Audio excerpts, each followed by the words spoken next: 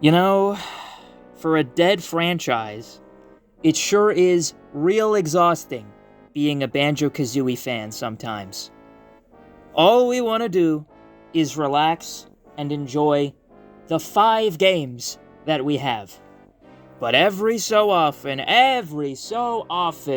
Smash Brothers discourse just has to start up again, and we inevitably get dragged back into that, and our franchise gets insulted for the umpteenth time, and I'm fucking tired of it.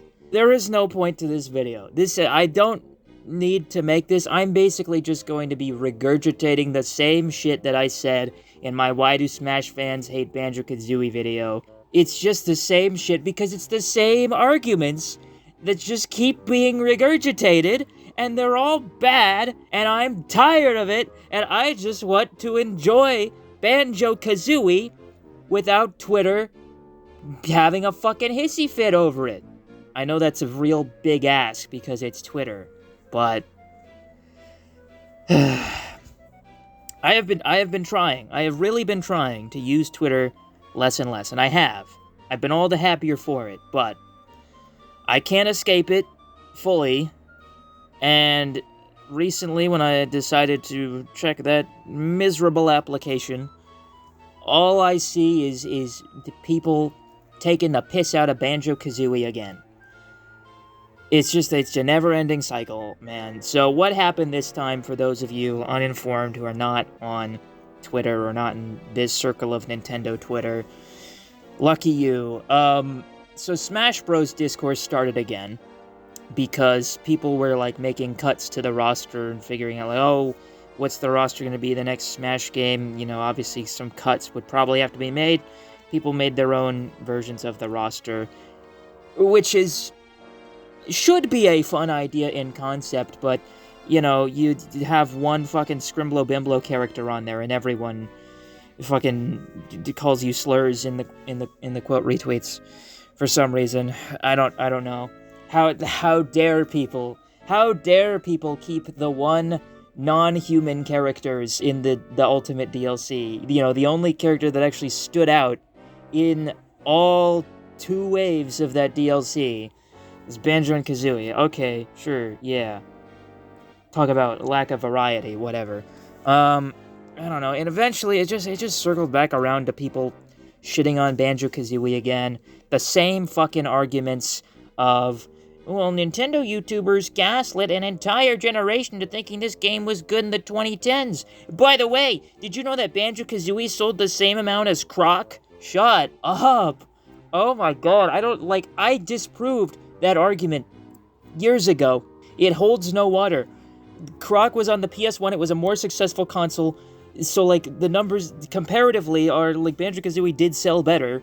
Also, look at the fucking sequels. Croc 2 sold like fucking ass because Croc 1 sucked. Banjo-Tooie sold the same as Banjo-Kazooie because Banjo-Kazooie was a good game. It was critically acclaimed. Croc had mixed reviews. And Banjo-Kazooie is still the only franchise that we're fucking talking about today. The only reason Croc ever gets brought up nowadays is because it gets compared to Banjo-Kazooie, because people need to try to make an argument for it. Croc got a fucking remaster! It got a remaster before Banjo-Kazooie did, and guess what? No one still talks about Croc other than to shit on Banjo-Kazooie. You know why? Because Banjo-Kazooie is actually good, and you need to pull out this other bum-ass Scrimblow to talk about it. Sorry, Croc, no offense. I have played Croc since I made my last video. It's not great. It's not great.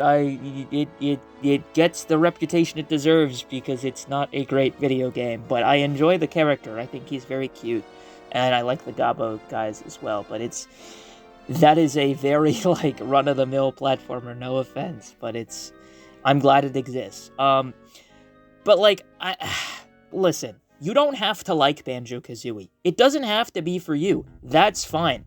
I don't think anyone is arguing that it is, like, this perfect 10 out of a 10 game that everyone on the planet will enjoy, because it's not, right? I think it is. It is to me, but I know it's not going to be that for everybody. All people are saying is that it's a good game that is beloved by a lot of people and impacted a lot of people and inspired a lot of the 3D platformer genre, which is true. That is true. And, like, I tweeted about this because I couldn't help myself the other day. All I tweeted about it was, like, if you need any proof that Banjo-Kazooie is beloved, and, like, just the whole narrative that no one ever cared about it, it completely falls apart when you look at the 3-hour credits just containing the ukulele Kickstarter backers. Now, that has nothing to do with the quality of the original ukulele, which is mixed to a lot of people, myself included. But, like, it just goes to show that when that Kickstarter was first announced, when literally all we knew about the game was that it was a spiritual successor to Banjo-Kazooie, made by the same people that made Banjo-Kazooie, it reached its goal in 40 minutes. 40 minutes! It set a record on Kickstarter for, like, the fastest growing campaign ever at the time. So, like, to say that, oh, actually, yeah, no one cared about Banjo-Kazooie ever at all, actually, is just wrong. It's just wrong. And to say, well, it didn't actually impact the 3D platformers genre that much. Girl, look at Super Mario Odyssey. That is Banjo 3 in disguise. Like, okay, this is a whole, like, kind of tangent thing to go on, right? But I think something that a lot of people don't understand is the difference between a 3D platformer and a collectathon. It's like squares and rectangles, right? Most collectathons are 3D platformers, but not every 3D platformer is a collectathon. And this is, like, the big difference between Mario 64 and Banjo-Kazooie, which of course get compared constantly, even though the truth of the matter is that they're actually not that comparable games. They are fundamentally different. Mario 64 is not really a collectathon. You might think it is because there's 120 stars to collect and you want to collect them all, but the thing is, right, when you're playing Mario 64 and you're getting a star, you're only getting one star at a time in those self-contained missions. You know, your only goal when you go into the level in Mario 64 is to complete a singular objective. In Banjo-Kazooie, you have the whole world at your disposal, and you can go on a literal collectathon, a collectible marathon, that is what it means, and just go around collecting everything in the level at once and not get booted out of the level. In my opinion, this is just my opinion, I'm just saying this, in my opinion, a 3D platformer that kicks you out of the level after you get a major collectible is not fun. That's why I don't like Mario 64 as much. But I understand it has its fans, and I see the appeal. I see the appeal of just wanting to get a singular objective at a time. I understand that. But that is why I love the structure of Banjo-Kazooie so much more, is because you get a collectible, and you're just right there, still. And you just keep going, you just keep collecting stuff. It is a literal collectathon. That is why it's called a collectathon. When Mario Odyssey came out, they ditched the whole boots you out of the level when you get a collectible thing. It was the first sandbox 3D Mario game to do that. 3D Land and World are excluded because those are not sandbox games. Odyssey did that, and it is so clear, and so many other design elements of Odyssey are clear, that they took direct inspiration from Banjo-Kazooie. I don't have time to go into all of that, though, but if you've played both games, I'm sure you understand.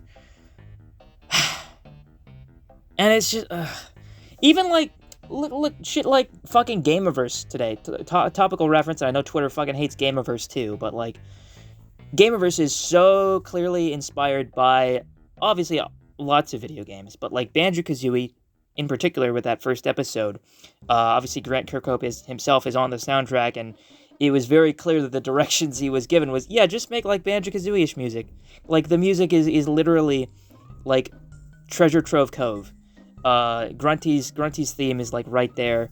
Obviously, it's like slightly different for legal purposes, but like it's the reference is so blatant. And like after that episode aired, right, the one thing I did see a lot was like the one thing I saw like unanimous praise for was like, oh my god, it sounds like Banjo-Kazooie music. Grant Kirkhope, you legend, it's so good. And it's like, where's that energy now? That was like a week ago, and now people have turned around. I'm posting Goomba's fallacy because you know how that thing works. But like, what? Did we just forget that happened? Like, what? Why are we acting like Banjo-Kazooie has no influence now? What are we talking about?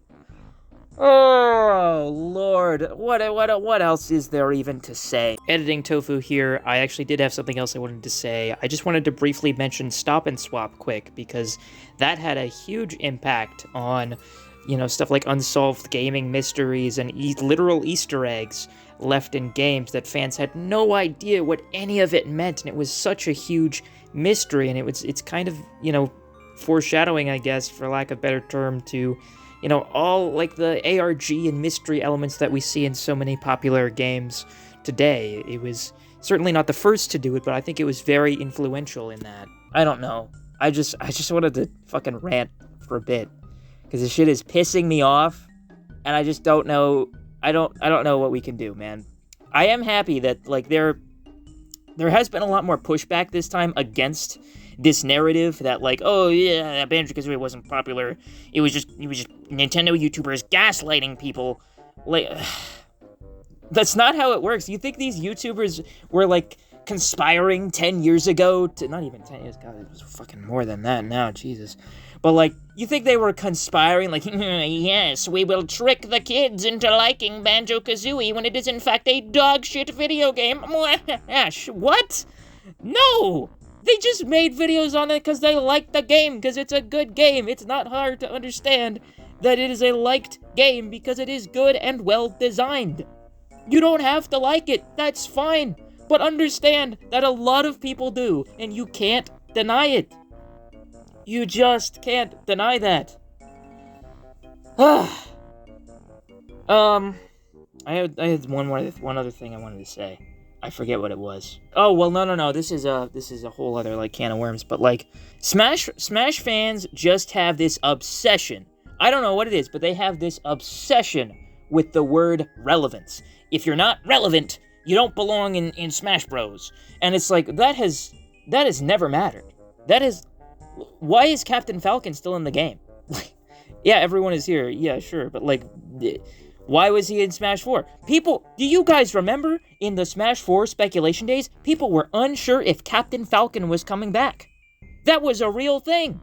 And it's like, yeah, well, that was a reasonable thing because F-Zero was irrelevant at the time.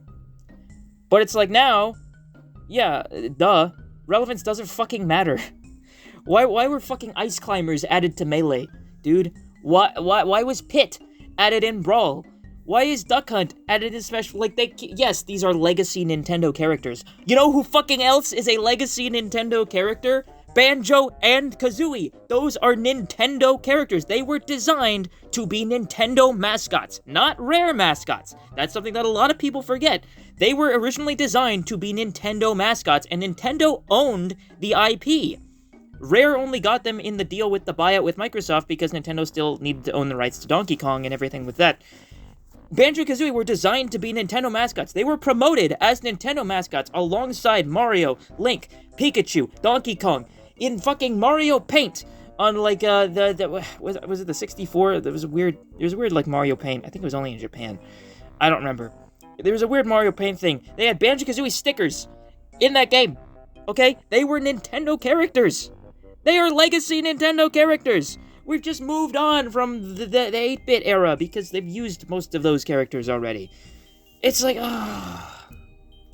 Also, let's not forget, sorry, this is a fucking... I just keep fucking talking about shit, but like, look at the view counts of the Smash Ultimate Newcomer reveals. Just look at those view counts for me, and tell me who's the most popular. So go ahead. Deny it again. Deny it again that these characters are beloved. Deny it. Deny it. I think that's all I gotta say. You know, for such a relevant, forgettable characters, apparently, they sure do keep coming back up in conversation a lot, don't they? Huh? Anyway, in all seriousness, to other like-minded Banjo-Kazooie fans like me who are just tired of seeing the same stupid discourse over and over again. All I can really say is, let's just enjoy the games we got. That's all we can do. They're good games. They're fun games. We love these games. Even the ones that don't have the best reputation. We love them because they got our guys in them. So if you ever see some bum on Twitter shaking their fist at this cartoon Baron Bird again, first of all, get off Twitter. Great idea. I would say go outside, but I think a better use of your time is to just play banjo-kazooie again. There's lots of ways to do it. You can do it on N64. You can do it on a totally real N64. That is with a legally obtained copy of banjo-kazooie. You can play it on Nintendo Switch Online. You can play it on the new rare Super Pocket Editions, fucking weird Game Boy looking handheld. It's gonna have a new build of Banjo-Kazooie on it. Look, Banjo's holding the actual thing itself instead of a Game Boy. It's a new version of the game. It's coming out next month. I'm really excited to play Banjo-Kazooie with the D-pad. I'm genuinely so ecstatic to have this thing. Like, I can't wait. Did you guys hear as well? They're gonna be releasing a double pack cartridge with Kazooie and Tooie on it for this device as well, and like another Evercade thing as well. But like, that's so cool. That's the first time we've had like these two games released together on a physical cartridge, a re-release to get like that is so awesome to me. It's so I like Banjo-Kazooie.